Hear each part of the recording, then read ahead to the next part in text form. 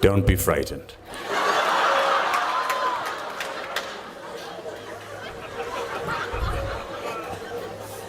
When a Bennington student, 10 minutes before you come up to the podium, hands you a mace,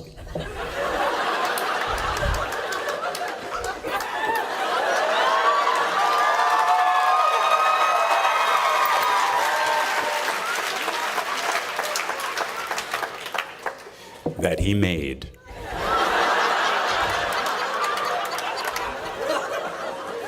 if you don't bring it to the podium with you, you'll never be Bennington.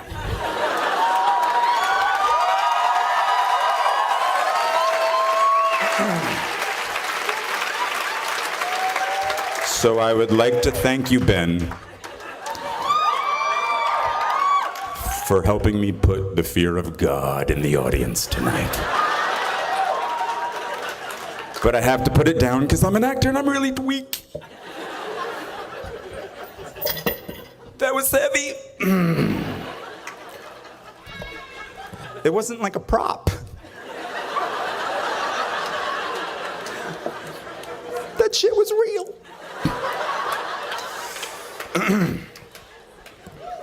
Thanks, Ben. So now I'm gonna read. And I'm not off book, so I might be looking down a lot. Thank you, President Coleman.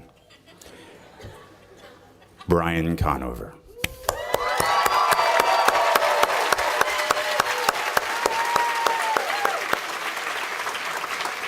Faculty, students, family, alumni, some of whom are dear friends of mine, who've traveled all the way from the big city to see me hopefully not humiliate myself tonight. And especially thanks to you, the graduating class of 2012.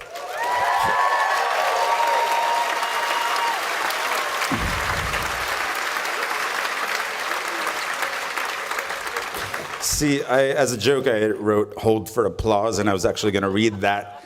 So you kind of killed my joke. Let's do that again. 2012, hold for applause. 2012. Wow. I never thought I'd see 2012. I thought perhaps the Mayan calendar would prove correct. And the end of the world would have been the greatest excuse to get me out of this terrifying task of delivering the commencement speech. But wait, according to the Mayan calendar here, when does the world end? December 2012. Damn. Okay, maybe I shouldn't talk to the graduates eager to start their new lives about the end of the world. Okay. Really? Really? Of all the novelists, teachers, playwrights, poets, groundbreaking visual artists, and pioneers of science, you got the TV actor.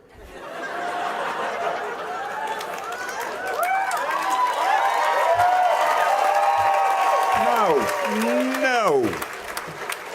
And I actually heard you petition for me. Oh, you fools. You know what? For those of you who didn't petition for me, I would love to later on talk about the problems in the Middle East and the downfall of the world economy.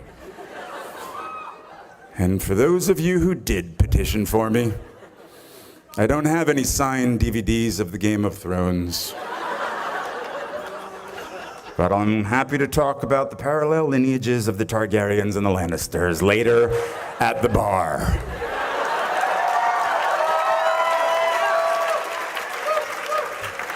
You see, it took all of my strength, and of course a little extra push from my wife, Erica, for me to agree to do this. Because I don't do this. In my profession, I am told by people who know what they're doing, where to stand, how to look, and most importantly, what to say. But you've got me. Only me. My words, unedited, and as you will see, quite embarrassing. Okay, let me think. I'm thinking. But I didn't read that. That was ad-lib. Let me think. What has everyone and their uncle told me as I desperately seek out advice on how to give a commencement address? Tell them what they want to hear. Talk about your time at Bennington. Know that there is no wrong speech.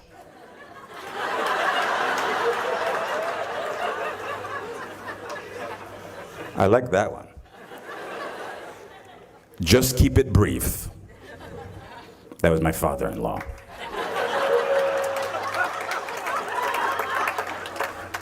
Be brutally honest. Tell them how hard it is after you graduate. We'll get back to that one. Just watch Meryl Streep's commencement speech at Barnard and you'll be fine.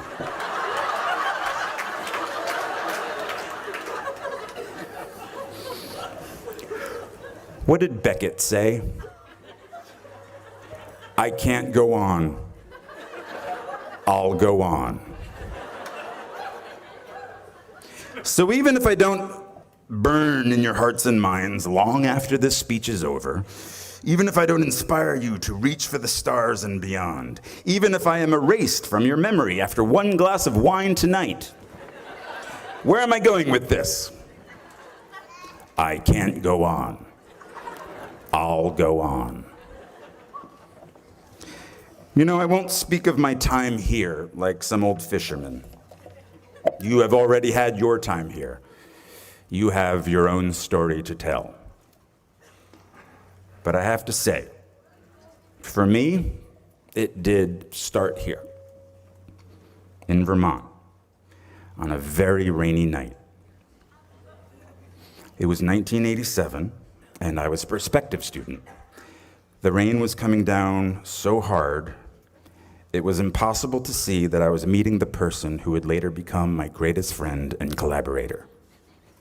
A freshman who would, 17 years later, introduce me to the woman that became my wife. I'll call him Sherm, because I do. It was late at night on the road right there near Booth House. And despite the dark night and the heavy rain, this place was so alive. The lights pulsed from each of the dorms. Now, I was a kid from New Jersey who went to an all-boys Catholic high school. I was 4 foot something. I mumbled when I spoke. I wore a sort of woman's black velvet cape.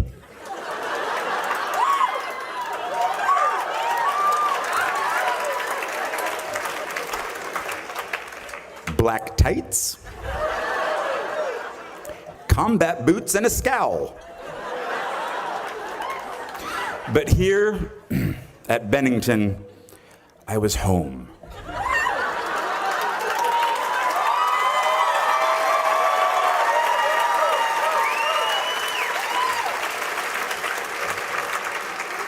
And I have to say, it doesn't get better. Yeah. Just, let me clarify. There are not shinier, more important people out there. Your fellow students, your friends, sitting around you are as good as it gets. 22 years after my own graduation, I have worked with my rainy night friend and fellow graduate, Sherm, on countless productions he has written, in all stages of development, from living rooms to off-Broadway. Brooks, Ian, Justin, Brett, John, Matthew, Jim, Sean, Hyla, Nikki, and the Bee are all classmates I shared my time with here and still work with, and am lucky to call my friends. We are very spoiled here. People always say to me, for such a small school, it seems like there are so many of you.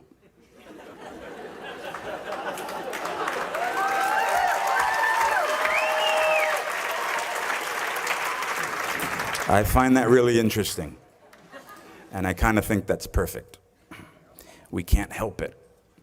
We burn very brightly. Please don't ever stop. Okay. Graduates, now when I sat where you are, sitting right now, I had so many dreams of where I wanted to go, who I wanted to be, and what I wanted to do. Theater companies I wanted to start with classmates, movies I wanted to be in, directors I wanted to work with, stories I needed to tell. It might take a little time, I thought, but it would happen. When I sat there, 22 years ago, what I didn't want to think about is where I would be tomorrow. What I would have to start to do tomorrow. And I graduated in 1991, a great year, a time of resurgence for independent films in this country, a time of relatively affordable rents in New York City. See, I assumed that I could make a living writing my plays. Acting way off Broadway. And hopefully, one day, join the actors I loved and respected in those independent films. TV? Oh, what? No. What, are you kidding me? No, didn't even consider that. I had much more class than that. Much more self-respect than that. Soap operas and shit. What I didn't have was cash, a bank account, a credit card, or an apartment. I just had debt.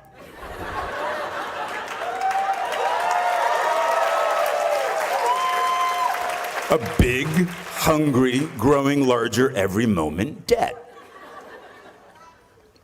So as you will tomorrow, I had to leave beautiful Vermont. I packed the life that I knew with socks and a toothbrush into my backpack, and I slept on couch after couch after couch after couch at friends' apartments in New York until I wore out their rent-paying roommates' welcome. I didn't want a day job. I was an actor. I was a writer. I was a Bennington graduate. I had to get a day job. I dusted pianos at a piano store on Ludlow Street for 5 months. I worked on the property of a Shakespeare scholar for a year, pulling weeds and removing bees' nests. I went on unemployment once, but not for long. I couldn't handle the guilt. Eventually, I was able to pay rent for a spot on the floor of an apartment on the Lower East Side, but my roommate had a breakdown and disappeared. He later resurfaced in a religious cult.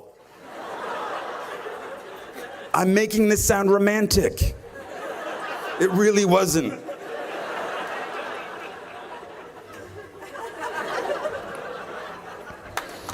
I helped hang paintings at galleries, paintings that inspire you to think, I could do that.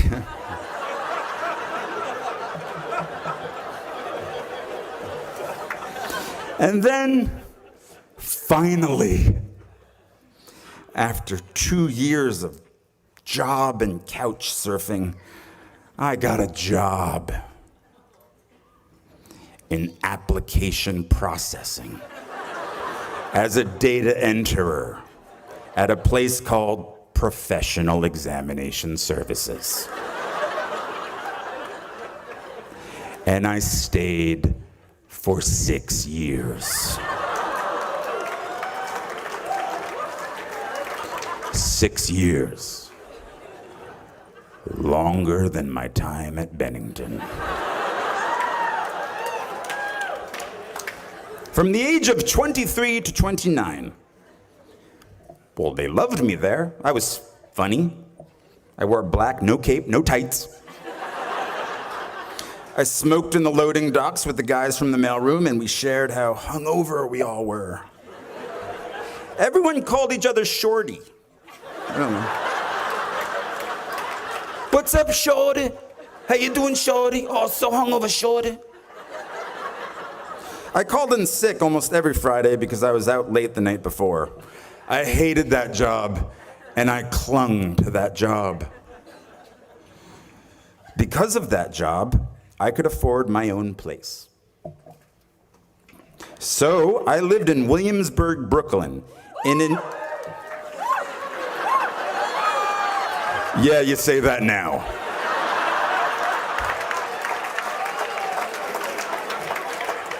Oh, my kingdom for a time machine. Yeah, that's right. I lived in an industrial loft.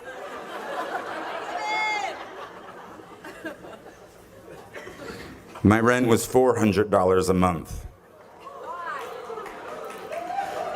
My dream of running a theater company with my friend and fellow Bennington graduate Ian Bell had died. I won't go into those details, but neither one of us had any business sense, and the theater we lived in, it had no heat or hot water. We didn't smell very good, but we had our youth. The youth gets old very quickly. You'll see. So Ian moved out to Seattle, and I moved up the street to my loft. And I still didn't have heat. In 1993, industrial loft meant not legal to live there. I don't want this to sound cool, and I feel like it's sounding cool. Shit. Ad lib.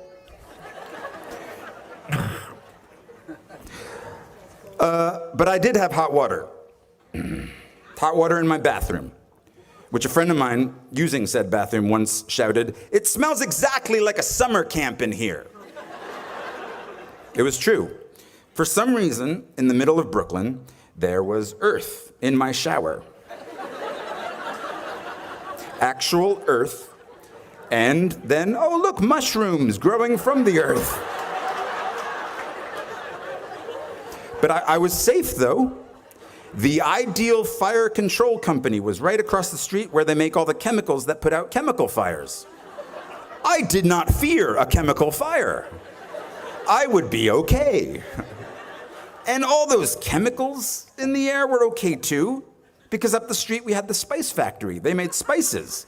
And that just covered everything up in a nice cumin scent. I had a rat, but that was okay because I got a cat. His name was Brian, no relation.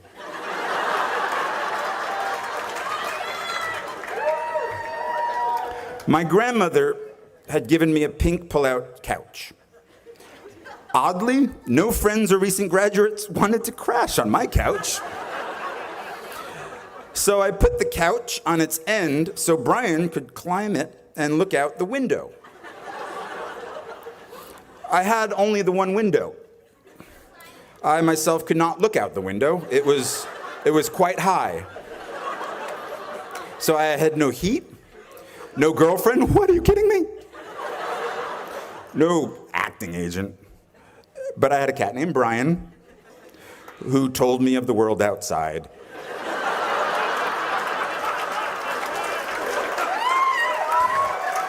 And I stayed for 10 years. No, don't pity me. There's a happy ending. When I was 29, I told myself, the next acting job I get, no matter what it pays, I will, from now on, for better or worse, be a working actor.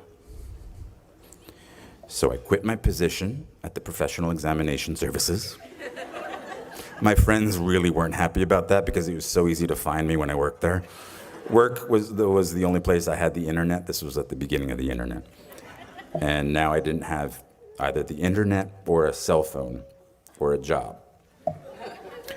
But something good happened. I got a low-paying theater job in a play called Imperfect Love, which led to a film called 13 Moons with the same writer, which led to other roles, which led to other roles. And I've worked as an actor ever since.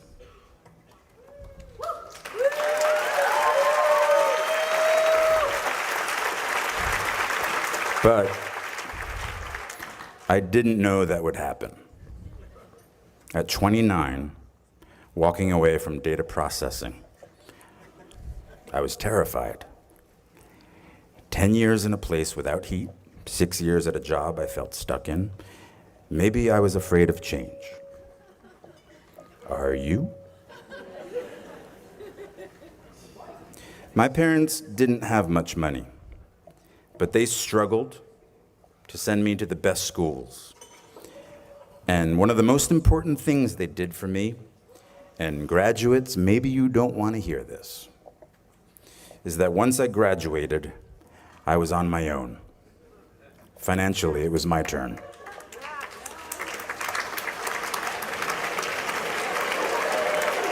Parents are applauding, graduates are not.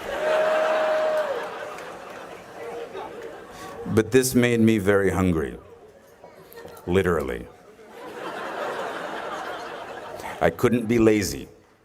Now I'm totally lazy, but back then, I couldn't be. And so at 29, and at very long last, I was in the company of the actors and writers and directors I'd sought out that first year, that first day after school. I am by their sides. Raise the rest of your life to meet you. Don't search for defining moments because they will never come. Well, the birth of your children, okay, of course. Forget about it. I just 6 months. My life is forever changed, and that's the most defining moment ever. But I'm talking about in the rest of your life, and most importantly, in your work. The moments that define you have already happened, and they will already happen again. And it passes so quickly. So please bring each other along with you. Everyone you need is in this room. These are the shiny, more important people.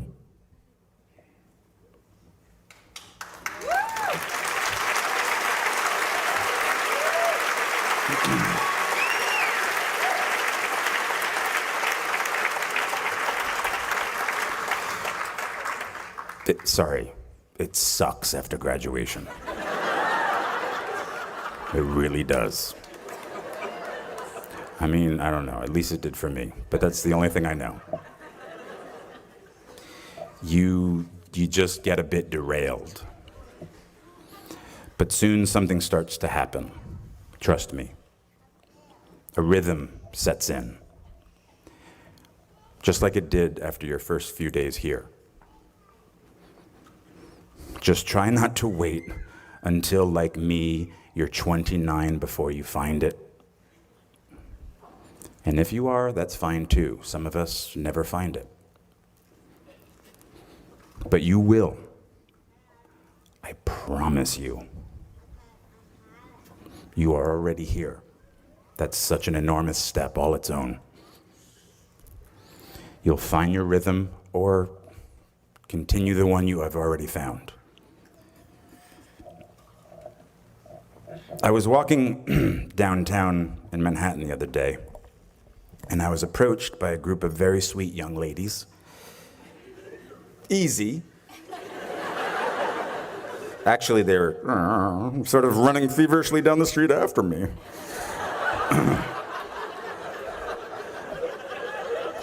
When they got to me breathless, it was really, they didn't know what to say or couldn't form the words, but it came out that they were NYU freshmen, and they were majoring in musical theater. Of course, come on. They were like science majors. They were running after me. What musicals are you doing? I inquired. Well, one of them said, looking down at her shoes, we aren't allowed to be in plays our freshman year. Now, they were paying a very high tuition to not do what they loved doing. I think I said, well, hang in there. What I should have said was, don't wait until they tell you you are ready. Get in there, sing, or quickly transfer to Bennington.